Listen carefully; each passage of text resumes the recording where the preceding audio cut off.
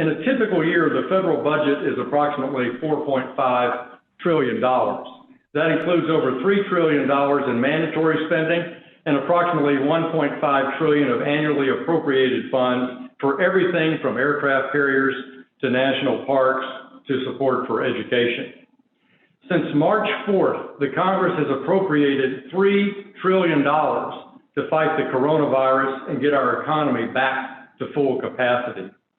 In other words, across 4 bills in just 8 weeks' time, we have appropriated 60% of what the Congress normally appropriates for a full fiscal year. Further, the Board of Governors of the Federal Reserve System, using powers under Section 13.3, has the ability to leverage $450 billion in appropriated funds to the U.S. Treasury to inject an additional $4.5 trillion of liquidity into our economy. Thus, between the direct appropriations and the extraordinary efforts of the Federal Reserve, we have the capacity to inject $8 trillion into the American economy, nearly 60% of our annual gross domestic product. And Arkansas is directly benefiting. In support of businesses, as of May 8th, over 38,000 small businesses here in our state have been approved for $3.3 billion in paycheck protection loans.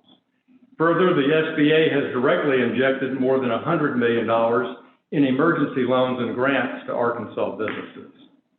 Additionally, the Congress has supported our healthcare providers and hospitals. This includes rural hospitals, to the tune of $586 million coming to our state. This represents a substantial initial contribution, but there is more to come for our health systems.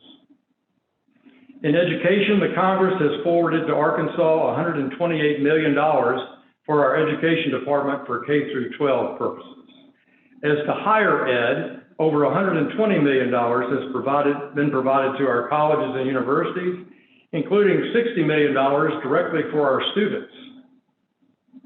Additionally, the CARES Act forwarded to our governor approximately $30 million in discretionary emergency relief funds for use in education. It would be important to look at gaps in the Department of Education, Federal Department of Education impact for our campuses. I'd particularly invite you to review and consideration of our smaller schools, aiding many disadvantaged students, including our well-regarded and well-recognized historically Black institutions. All told, out of the $3 trillion in appropriated funds, over $700 billion is coming directly to the states and localities. Of course, today, you have the important responsibility of advising our Chief Executive and the General Assembly on the use of $1.25 billion of these funds. As you consider uses for this fund, please keep in mind that our cities and counties have incurred significant expenses in fighting COVID. Cities and counties have helped school districts, declared certain positions essential, incurred increasing expenses related to keeping their staff healthy and intact, dealt with challenges regarding county jail facilities, and maintained vital emergency services.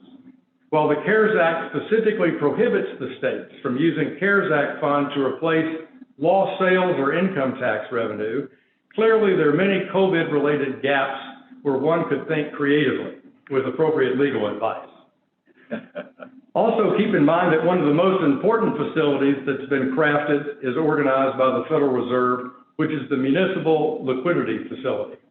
While this facility is geared towards larger cities and counties that maintain an active bond rating, it's conceivable that the Arkansas Development Finance Authority, ADFA, could be a useful issuer or a political subdivision in Arkansas to require short-term financing. It's a real pleasure and honor to be with you today. I'm grateful for the invitation, Governor, to address the committee.